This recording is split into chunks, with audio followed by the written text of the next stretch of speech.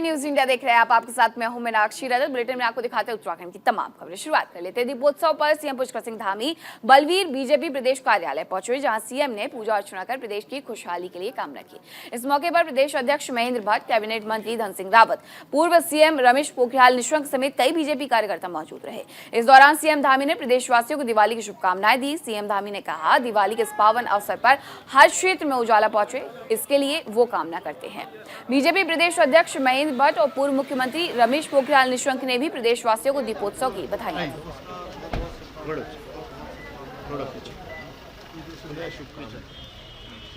सबसे पहले तो मैं दीपावली की शुभकामनाएं देता हूं और प्रभु भगवान श्री राम से प्रार्थना करता हूं कि सब जगह दीपक पहुंचे, रोशनी पहुंचे, सब जगह पर सब सुविधाएं पहुंचे, सब प्रकार का विकास पहुंचे और जहां अंधेरा है वहाँ भी उजाला पहुँचे। सबके जीवन में मंगल हो, सबके जीवन में समृद्धि हो, हमारा प्रदेश आगे बढ़े। भारतीय जनता पार्टी के कार्यालय में आज दीपोत्सव बहुत ही धूमधाम के साथ, बड़े उत्साह उमंग के साथ मनाया जा रहा है। यहाँ हमारे प्रदेश के मुख्यमंत्री पुष्कर सिंह धामी, प्रदेश के अध्यक्ष श्री महेंद्र भट्ट जी सहित तमाम सारे कार्यकर्ता पदाधिकारी यहाँ पर एकत्रित हुए। पूरे प्रदेश की जनता को मैं शुभकामना देना चाहता हूँ और जिस तरीके से ये दीपोत्सव मनाया जा रहा है, ये प्रकाश का पर्व है।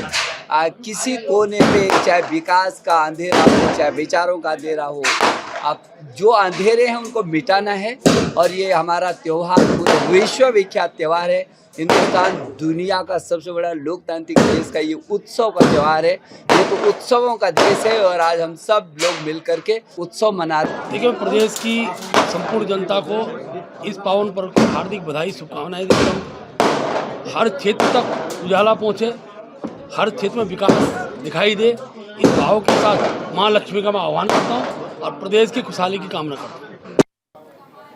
मुख्यमंत्री पुष्कर सिंह धामी के इस बार की दिवाली बेहद खास रही। दीपोत्सव के अवसर पर सीएम धामी बद्रीपुर देहरादून स्थित अपना घर बाल महिला उत्थान समिति के कार्यक्रम में पहुंचे।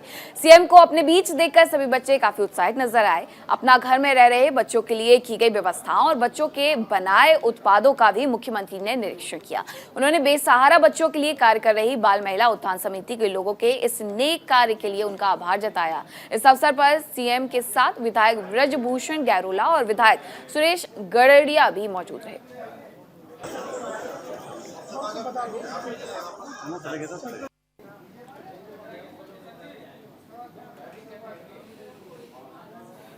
तो मुख्यमंत्री पुष्कर सिंह धामी ने किस तरीके से अपनी ये दिवाली मनाई है, आपको ग्राफिक्स के जरिए समझाते हैं। जहां तस्वीरें ये भी सामने आई थी कि वो बाजार में पहुंचे थे, पटाखे खरीद रहे थे और खरीदारी भी करते हुए नजर आए थे। वहीं सीएम ने अनाथ बच्चों के साथ दीपोत्सव का ये जो कार्यक्रम है, जो पर्व है, वो बनाया है।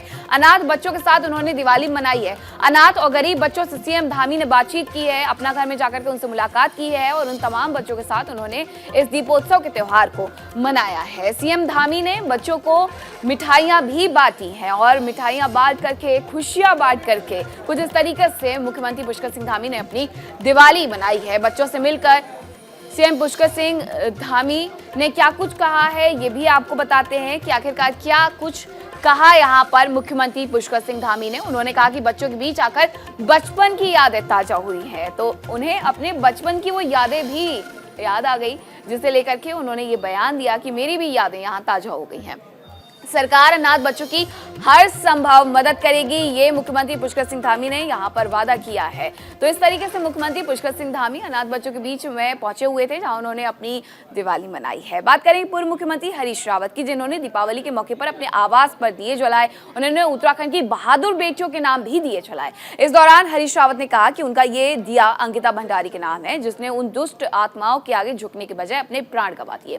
ये दिया अंकिता से लेकर काजल समेत उन दलित बेटियों के नाम है जो गरीब और दलित परिवार में जन्मी और पुरुषों की हवस का शिकार बनी। ऐसे में यह दिया उन दुष्ट लोगों के मन और मस्तिष्क की दूषित भावना का शमन करे, साथ ही उनके आत्मा में प्रकाश फैलाए।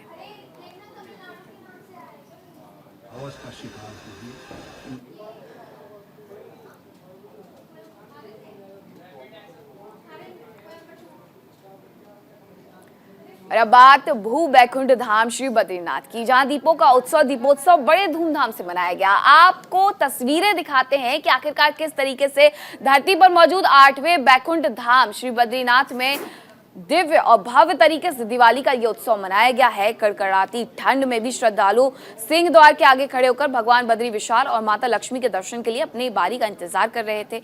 माता लक्ष्मी के मंदिर में विशेष पूजा की गई तो बद्रीश पंचायत में महाभिषेक किया गया। बद्रीनाथ मंदिर की सजावट देखने लायक रही। श्रद्धालु आस्था का दीपक जलाकर भगवान श्री हरिनारायण और माता लक्ष्मी के प्रति अपनी भक्ति भावना प्रकट करते हुए नजर आए। पूरे बद्रीपुरी में उत्सव सा माहौल रहा। ये तस्वीरें आप देख सकते हैं कि आखिरकार किस तरीके से यहाँ दिवाली मनाई गई है। कड़कड़ाती ठंड और बावजूद इसके श्रद्धालु यहाँ दर्शन पूजन करने के लिए पहुंचे हुए थे और इस तरीके से श्री बद्रीनाथ धाम में ये दीपोत्सव मनाया गया।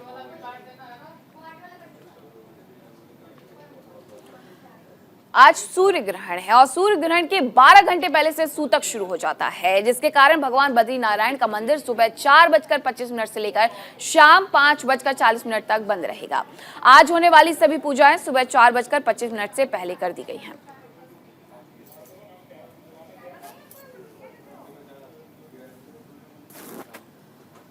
ग्रहण सामने बिल्कुल आ रहा है। थोड़ा सा ग्रहण के बारे में आपको बताएं, अपनी बुद्धि मत अनुसार हम बता रहे हैं कि 25 अक्टूबर 2022 सूर्य ग्रहण आकाशीय घटना है, खगोलीय घटना है। तो इस जो ग्रहण लगने वाला है 4:26 शाम को ये ग्रहण दिखेगा और यद्यपि 6:18 तक ग्रहण है, लेकिन तब तक भगवान सूर्यनारायण अस्त हो चुके होंगे। ग्रस्तास्त यानी ग्रहण सहित अस्त हो रहे हैं। तो लगभग अलग अलग शहरों में अलग अलग समय है। जहाँ तक उत्तराखंड की हम बात करते हैं या उत्तर भारत की बात करते हैं 4:26 शाम से और 5:32 तक ग्रहण रहेगा। उत्तराखंड के प्रसिद्ध चार धाम बद्रीनाथ, केदारनाथ, गंगोत्री, यमुनोत्री समेत अन्य मंदिरों में आज निर्धारित समय तक श्रद्धालु दर्शन नहीं कर पाएंगे। सूर्य ग्रहण के कारण चार धाम के कपाट बंद रहेंगे। पर्यटन मंत्री सतपाल महाराज ने बताया कि सूर्य ग्रहण पर 12 घंटे पहले सूतक प्रारंभ हो गया है और शाम 5:32 तक ग्रहण काल रहेगा, जिसके बाद ही मंदिरों के कपाट खुलेंगे। ग्रहण काल के दौरान मंदिरों में दर्शन, पूजन, आरती नहीं की जाएगी।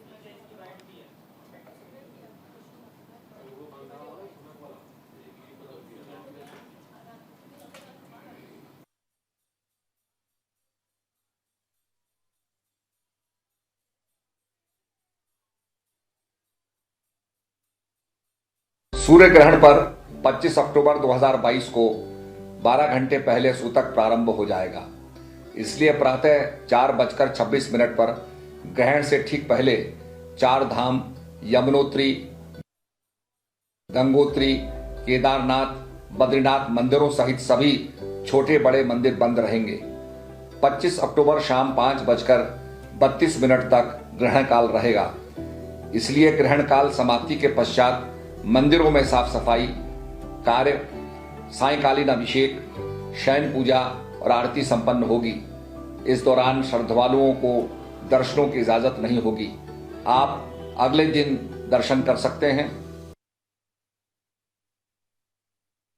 आज साल का आखिरी सूर्य ग्रहण है। इस साल दिवाली के फौरन बाद गोवर्धन पूजा नहीं हो रही है। दरअसल कई वर्षों बाद ऐसा संयोग बना है।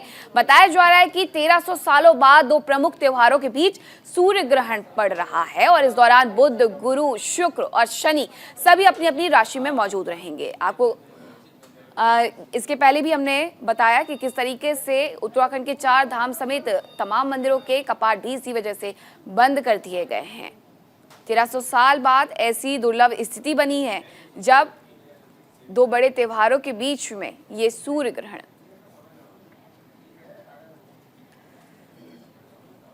और चलिए अब आपको ग्राफिक्स के जरिए बताते हैं कि भारत में कितने बजे से ये सूर्य ग्रहण शुरू होने वाला है और इसके क्या कुछ प्रभाव रहने वाले हैं। 1300 साल बाद ये दुर्लभ सूर्य ग्रहण का संयोग बन रहा है। जहां दशकों बाद बना है सूर्य ग्रहण का ये दुर्लभ संयोग 1300 साल लग गए हैं इस सहयोग को बनने में, और इसके क्या प्रभाव है ये भी समझिए। दिवाली के बाद आंशिक सूर्य ग्रहण बताया ये जा रहा है कि 2 बजे से शुरू हो जाएगा, शाम 6 बजकर लगभग ये समाप्त होगा, लेकिन उसके 12 घंटे पहले सूतक लग जाता है। सालों बाद दिवाली के दूसरे दिन गोवर्धन पूजा नहीं होगी। कल दिवाली थी, ऐसे में आज गोवर्धन पूजा होती है, लेकिन सूर्य ग्रहण की वजह से ये पूजा नहीं होगी। इस बार दिवाली के 2 दिन बाद 26 अक्टूबर को गोवर्धन पूजा की जाएगी, क्योंकि आज सूर्य ग्रहण है और ऐसे में कोई पूजा नहीं, और कल इस तरीके से गोवर्धन पूजा होगी। 1300 सालों बाद 2 त्योहारों के बीच ये सूर्य ग्रहण पड़ा है, तो ऐसे में ये अपने आप में एक बड़ा घटनाक्रम हो जाता है। ये सिर्फ भारत में नहीं बल्कि यूरोप के भी कई देशों में ये सूर्य ग्रहण दिखाई देगा।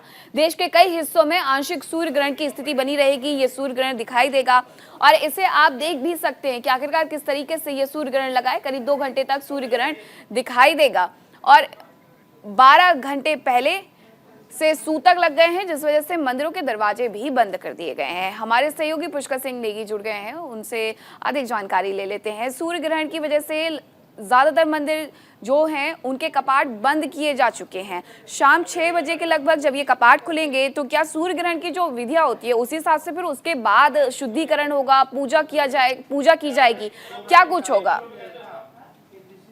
बिल्कुल, देखिए मीनाक्षी, मैं आपको बता दूं कि जिस तरह साल का जो 2022 का जो अंतिम जो है पड़ाव भी है, और उसके बाद जो है आज का जो सूर्य ग्रहण जो है साल का अंतिम सूर्य ग्रहण है, इसको लेकर अगर मैं चारों धामों की बात करूं तो चाहे बद्री हो गया, चाहे केदार हो गया, चाहे गंगोत्री हो गया, यमुनोत्री हो गया, हरिद्वार के पूरे मंदिर बंद हैं, क्योंकि सुबह 4:25 से पहले पूरी जो पूजन अर्चना की जो पूरी प्रक्रिया होती है, भगवान को जो भोग लगता है, भगवान की जो आराध्य होती है, जो पूजा अर्चना होती है, वो सब कर लिए गए।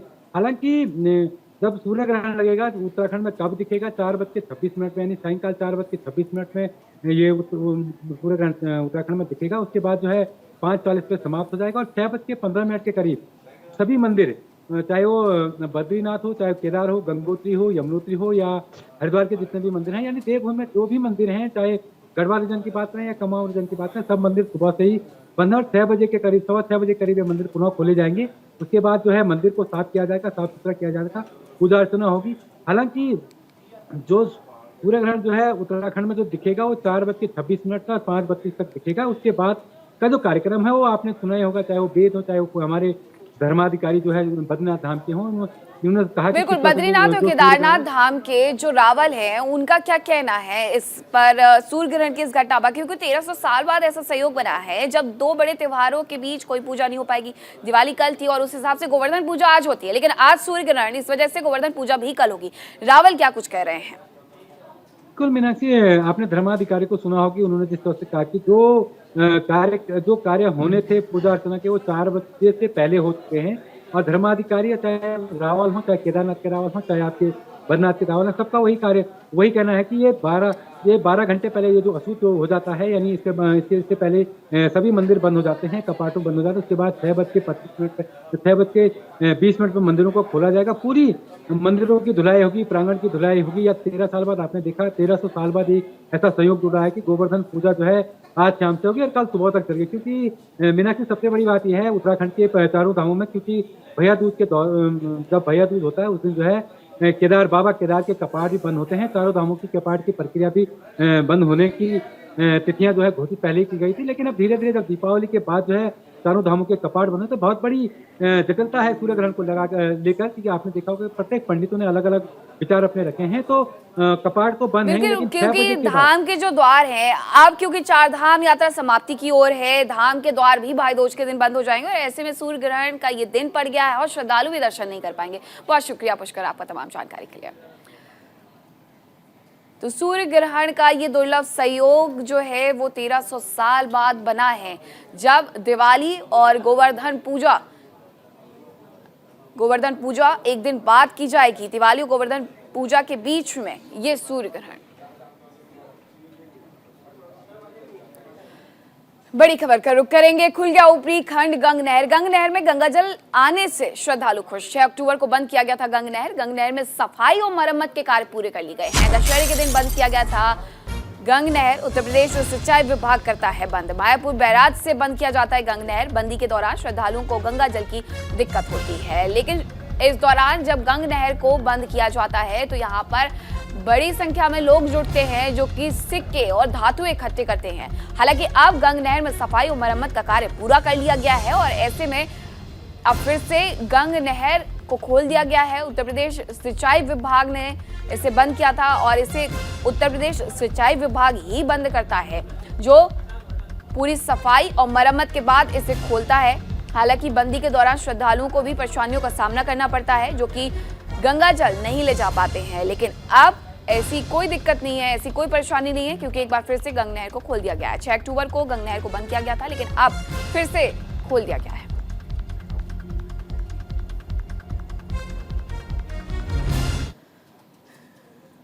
और हरिद्वार से सहयोगी संजय जुड़ गए हैं। संजय, अब फिर से गंग नहर को खोल दिया गया है। श्रद्धालु जो कि गंगा जल नहीं ले जा पा रहे थे, उनके लिए ये राहत भरी खबर।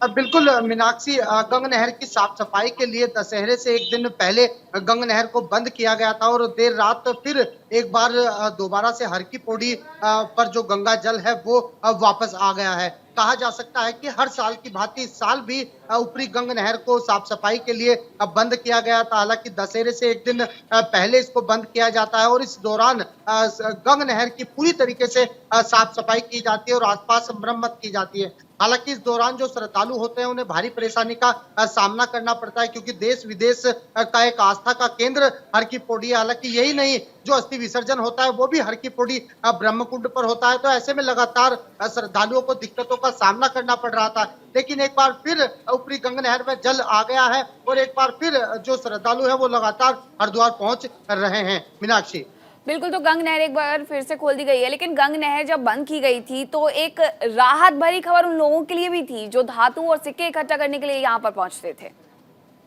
बिल्कुल मीनाक्षी, हरिद्वार के गंग नहर के आसपास से कुछ गरीब लोग रहते हैं। ऐसे में जिस दौरान गंग नहर बंद होती है तो वो कहीं ना कहीं अपनी साल भर की जीवन याचिका उसी गंग नहर से चलाते हैं, क्योंकि जो हर की पौड़ी है वहां पर लाखों करोड़ों श्रद्धालु पहुंचते हैं और वहां पर सोने चांदी और आभूषण दान करते हैं। तो ऐसे में जो आसपास के रह रहे लोग हैं वो कहीं ना कहीं बंदी के दौरान वहां पर सिक्के बीनते हैं। इस दौरान उन्हें बड़े बड़े आभूषण और सोने चांदी के सिक्के भी मिल जाते हैं। तो कहा जा सकता है कि वो कहीं ना कहीं इसी से अपना पूरे साल की रोजी रोटी चलाते हैं। उनके लिए बहुत राहत भरी खबर यह होती है। लेकिन एक बार फिर अब गंग नहर में जल आ गया है और लगातार यहाँ श्रद्धालु पहुंच सकते हैं।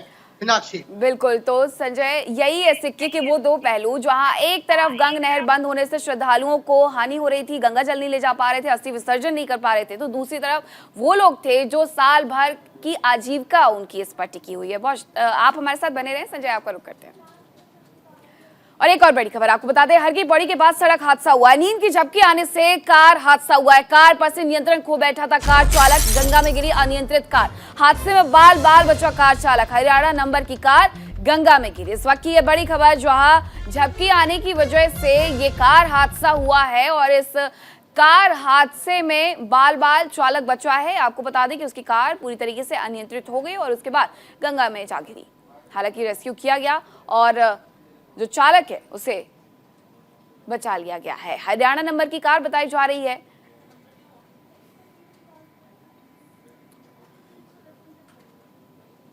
संजय, ये जो हादसा हुआ उसके बाद कार चालक की स्थिति क्या है? बिल्कुल मीनाक्षी, आपको बता दें देर रात की घटना है, जहां हरियाणा नंबर की गाड़ी में करीब 4 से 5 लोग सवार थे।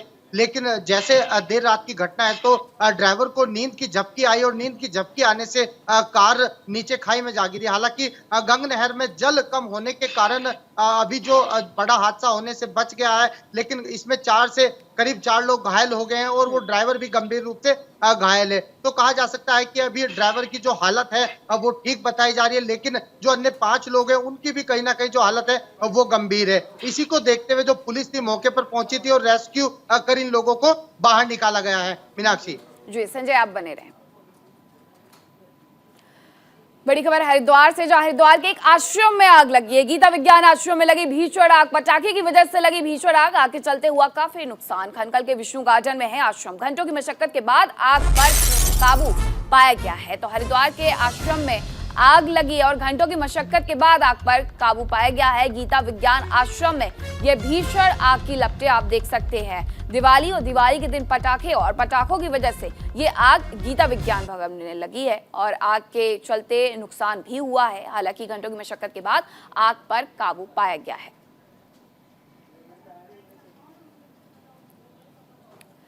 संजय लगातार हमारे साथ जुड़े हुए हैं। संजय, आग पटाखों की वजह से लगी, किस तरीके से आग पर काबू पाया गया? क्योंकि जो तस्वीरें हैं वो बयां करती हैं कि आग काफी भयानक थी। देखिए मीनाक्षी, हरिद्वार के करकल क्षेत्र का मामला है, जहां पर विष्णु एक आश्रम है और देर रात जिस तरीके से दिवाली के मौके पर लगातार ही आतिशबाजी हो रही थी, तो इस दौरान इस आश्रम के ऊपर एक रॉकेट आ गिरा। हालांकि यहाँ पर घास फूस और अन्य सामान पड़ा हुआ था, वो जलकर पूरी तरह राख हो गया, लेकिन गनीमत रही कि किसी तरह की जनहानि नहीं हुई है। हालांकि आग लगता देख आसपास के लोगों ने फायर ब्रिगेड को सूचना दी और मौके पर कई फायर ब्रिगेड की गाड़ियां पहुंची और आग पर काबू पाया गया है। हालांकि जो स्थानीय लोगों का कहना है, उनका साफ तौर पर यह कहना है कि जो फायर ब्रिगेड की गाड़ी थी वो काफी देर बाद यहाँ पर पहुंची थी। अगर समय से पहुंच जाती तो शायद इतनी आग नहीं यहाँ लगती, लेकिन अभी जो स्थिति है वो सामान्य है और किसी तरह की जनहानि नहीं हुई है। मीनाक्षी, बहुत शुक्रिया संजय आपका तमाम जानकारी के लिए।